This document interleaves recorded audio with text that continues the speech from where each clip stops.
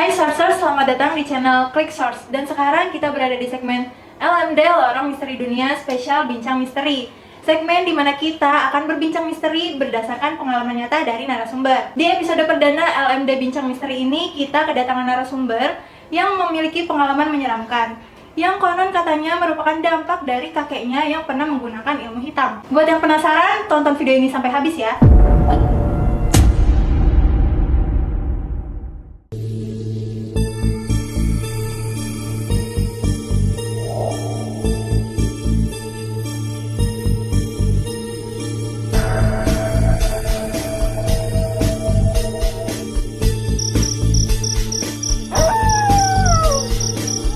Oke, Sourcers, jadi di sini kita sudah kedatangan narasumber yaitu Kak Divya yang berasal dari Kediri ya, Kak? Iya, betul. Oke, Kak Divya, katanya nih Kak Divya punya pengalaman horor ya? Kak Divya kira-kira pernah ngalamin apa aja tuh? Banyak sih sebenarnya. Dari aku kecil tuh udah kayak apa ya? Kayak ngerasa kok ada yang aneh gitu ya. Kayak nggak, orang normal tuh nggak mengalami ini gitu. Oh, jadi dari kecil gitu ya udah ngalamin hal-hal yang kayak kiranya orang normal nggak ngalamin gitu. Kira-kira apa aja tuh hal-hal yang nggak normalnya yang menurut Kak Divya nggak normal bagi sebagian orang tapi Kak Divya alami itu seperti apa? Yang pertama tuh kayak bisa ngerasain apa ya, hawa aneh gitu, kayak peka gitu loh sama situasi, kayak ada sesuatu yang ngeberes itu tuh bisa kerasa gitu. Terus yang kedua kayak sering ngimpi aneh, mimpi ular gitu. Sering banget itu. Sering mimpi-mimpi hal-hal yang aneh juga gitu. Kak Divya tuh ngerasa hal kayak gitu alasannya apa sih kok Kak Divya bisa ngerasain hal-hal yang kiranya orang normal itu kayaknya nggak ngerasain ini? Itu menurut Kak Divya alasannya tuh apa ya, gara-garanya? Karena dulu aku tuh kayak merasa nggak nyaman gitu ya, kok tiap tidur tuh mimpinya itu terus gitu, sering terus. Aku tanya tuh ke orang-orang, ke keluarga sih sebenarnya sebelumnya, katanya mereka juga ngalamin hal yang sama apa enggak gitu. Dan apalagi itu tempatnya tuh di rumah aku kan. Tanya tuh orang rumah tuh nggak ada yang ngimpi kayak gitu. Terus aku tanya teman-teman juga, kan pernah nggak kayak ngimpi gini gitu kan? Nggak pernah, malah kita tidur nggak pernah ngimpi gitu, kata mereka. Terus anjir, aku hampir seminggu ada tuh 4 kali lah ngimpi kayak gitu. Terus kayak ketindihan gitu yang kayak misalkan gak bisa ngomong, kayak misalkan tahu kan kalian misalkan kayak banjir gitu, terus kayak pengen teriak tapi gak bisa. Iya, gak keluar suaranya iya gitu gitu ya? Itu sering. Terus kayak misalkan kayak ketemu sosok apa gitu tuh kayak aku ngelawan gitu kan. Iya. Kayak itu dianya kayak ngikat gitu loh, kayak biar kita tuh gak bisa ngelawan, gak bisa ngomong gitu. Itu kan kayak aneh ya, siapa yang ngimpi kayak gitu. Jadi aku kayak, ih apa ya ini udah nggak normal. Dan dari dulu banget, dari kecil banget itu kayak gitu. Dari kecil banget, tapi udah cerita ke orang tua pernah ngalamin mimpi yang terus-terusan, apa ya, mimpi nggak enak terus-terusan, mimpi buruk terus-terusan, pernah cerita ke orang tua, terus ada tanggapan nggak tuh dari orang tua? Cerita sih, karena sebenarnya tuh aku pernah sampai mimpinya itu sampai buat aku nangis gitu. Seserem itu sampai aku cerita tuh ke orang tua kan, sampai nangis. Bener-bener pas bangun tidur langsung cerita gitu kan, terus nangis, kenapa? Habis ngimpi ini, gini, ada sesosok inilah, terus kayak yang tiba-tiba diludahin gitu kan aneh ya, maksudnya dia kayak sosoknya gede gitu, tinggi, nggak jelas sih gimana ininya, wajahnya apa ya, cuma tiba-tiba ngeludahin gitu, terus kayak dari atas kayak gitu lah. Terus habis itu bangun, terus itu menurut aku serem banget. Terus nangis kan gitu, terus ya udah nggak apa-apa. Nggak, orang rumah sih nggak yang terlalu memusingin gimana ya, kayak ya udah mungkin ngimpi aja, karena mungkin mereka nenangin gitu, kayak nggak apa-apa. Iya, biar nggak takut ya. Nah, aku tuh ngalamin itunya kalau tidur sendirian. Oh, tiap tidur sendirian aja gitu? Kalau tidur bareng gitu, bareng temen, aku kan dulu pernah tuh ngekos sama temen aku waktu magang. Itu juga selama 4 bulan itu jarang banget ngimpinya. Tapi kalau sendiri, ngekos sendiri atau di rumah tidur di kamar sendiri, itu pasti ngimpi. Jadi nggak cuma pas di rumah, pindah rumah, udah nggak tinggal di rumah itu lagi, udah nggak. Kak Divya masih tetap mimpi kayak gitu juga, mimpi serem juga? Masih. Jadi aku kan udah kemana-mana nih, udah ngerantau kemana-mana, tetap aja tuh ngimpinya di rumah itu, tetap sama tempat. Jadi agak serem juga ya Kak, dimana kalau kita tiap tidur sendiri gitu. Tapi aku mau tahu nih Kak, dari orang tua kakak itu sebenarnya pernah nggak coba-coba untuk mungkin punya pegangan gitu ya, punya ilmu gitu? Karena tuh berdasarkan cerita beberapa orang ya yang aku tahu itu suka ngalamin itu, tapi ternyata itu dampak dari leluhur mereka yang pernah punya ilmu gitu. Gak tahu sih ya itu pastinya gara-gara itu atau kayak asumsi aja, kayak nyari-nyari tahu sendiri gitu. Aku tanya-tanya kan itu ke orang rumah, ke tetangga gitu. Nah kata mereka dulu kakek aku tuh eh, make apa ya, ilmu biar kebal gitu loh. Tapi nggak tahu ya itu beneran apa enggak, soalnya orang rumah juga nggak tahu, itu malah orang luar kayak tetangga-tetangga gitu yang tahu, kayak iya dulu itu make katanya gitu. Jadi di orang rumah tuh malah nggak ngaku dan bener-bener nggak tahu, taunya dari orang luar kayak iya dulu bapak ini tuh make gitu.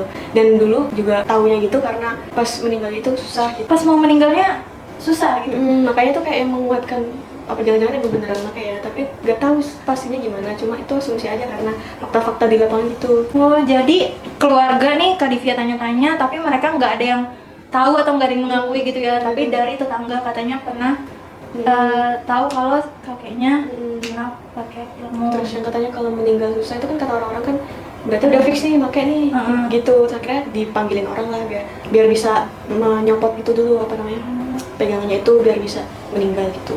Nah, pas saat meninggalnya boleh diceritain nggak Kak Divya? Kiranya tahu detail pas mau meninggalnya itu sulitnya kayak gimana dan keadaannya saat itu kan manggil orang pintar ya. Nah itu tuh kayak gimana gitu proses? Aku kurang tahu sih ya itu ya gimana. Kalau kayak aku meninggal tuh aku aja belum lahir gitu. Jadi taunya ya sebagai itu aja kata orang, katanya sempat make dan ada omongan yang susah meninggal tuh itu aja sih. Oh, berarti Kak Divya tuh waktu kakeknya meninggal belum lahir, jadi cuma dengar dari cerita-cerita gitu. Iya, dari cerita orang aja. Tapi dari kejadian kakeknya meninggal itu, setelah itu ada nggak sih dampak-dampak yang dirasain sama Kak Divya atau keturunan kakeknya Kak Divya gitu? Nah, ini lagi-lagi juga ini sih kayak asumsi aja, misalnya kayak aku menganalisis sendiri gitu ya, nggak tahu bener apa enggak. Nah, aku dari orang rumah itu yang aku tanya-tanyain yang ngalamin mimpi itu juga, itu tuh ayah aku gitu. Iya, ayahku tuh juga sering waktu kerja dulu tuh kan kayak yang kontrak ke kos gitu kan karena pindah-pindah kan kerjanya. Itu juga sering diganggu kayak mimpi buruk terus ketindihan gitu-gitu. Nah, kalau ibu dan kakakku tuh gak pernah samsek. Nah, aku kayak mikirnya apa jangan-jangan emang karena yang kayak darahnya dekat itu dari orang kan itu kan kakek dari ayah kan, terus dari ayahku terus ke aku, apalagi anak cewek pasti kan dekatnya ke ayah gitu loh pasti. Apa gitu ya gitu. Tapi kakaknya Kak Divya ini cowok. Oh, jadi yang ngerasain cuma Kak Divya aja gitu ya? Sama kayak aku.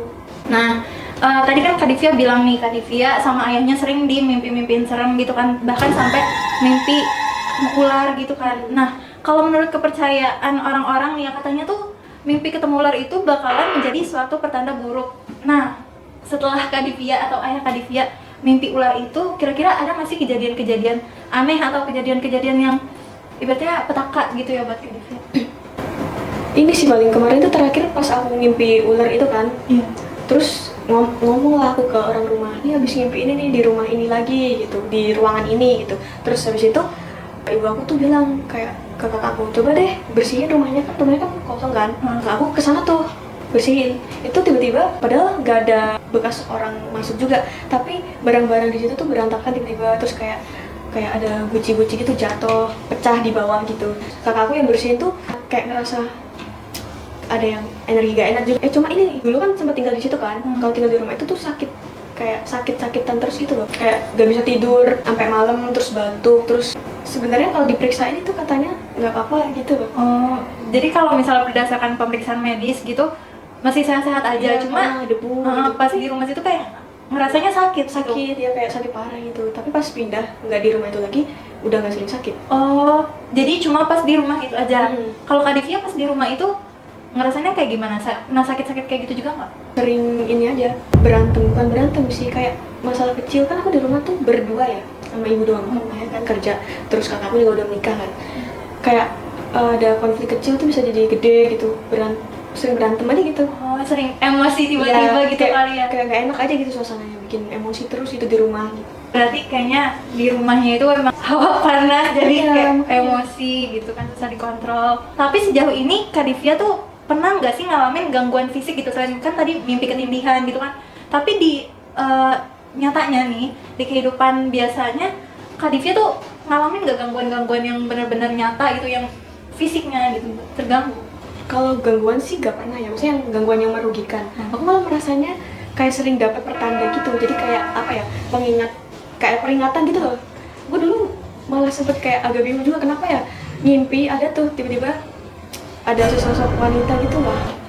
Pokoknya suara aja, dia bilangin kalau tanggal ini, bulan ini, tahun ini tuh bakal ada bencana di sini nih gitu. Spesifik banget, kayak seringnya malah kayak dapat mimpi yang pertanda gitu, kayak sebuah ini kamu harus menyampaikan ke orang ini gitu kalau bakal ada ini gitu sometimes. Oh, tapi dari bisikan-bisikan itu ya, kalau atau pertanda-pertanda yang Kak Divya dapetin itu setelah itu gimana? Kalau Kak Divya sampein nggak ke orang itu atau kadang nyampein, kadang enggak, karena aku mikirnya bener gak sih jadinya kalau percaya sama mimpi itu banyak katanya kalau itu syirik kata apa gitu sebenarnya. Iya sih, ya benar. Tapi aneh gitu mimpinya kok gitu. Sempet ada sih yang bukan jadi kenyataan ya, tapi aku pas di kejadian nyatanya kayak oh ini arti dari mimpi yang ini nih gitu. Kan pernah tuh aku mimpi ketemu ular gitu kan, lagi-lagi ular ya, ketemu ular terus ularnya tuh aku bunuh gitu, terus habis aku bunuh gak tahu kenapa tiba-tiba aku makan aja. Di mimpi itu makan ular gitu kan, terus habis itu pas bangun-bangun panik gitu, apa ya kenapa ya kok ngimpi makan ular gitu. Terus pas aku cari-cari tuh di Google apa arti ngimpi makan ular gitu, katanya itu kayak pertanda kalau kamu sedang apa ya memakan sesuatu yang gak baik atau sesuatu yang haram gitu. Itu kata Google sih. Terus habis itu selang beberapa bulan atau beberapa minggu gitu ada kena tipu aja. Sebenarnya nggak nyambung ya, tapi gak tahu itu gara-gara itu apa bukan, itu peringatan atau bukan, cuma aku nyambungin aja. ya mungkin ada kaitannya kali ya di mimpi itu, mungkin Kak Divya lagi dikasih tahu nih kalau ada sesuatu yang gak baik buat Kak Divya dan ternyata Kak Divya kena musibah, ditipu gitu.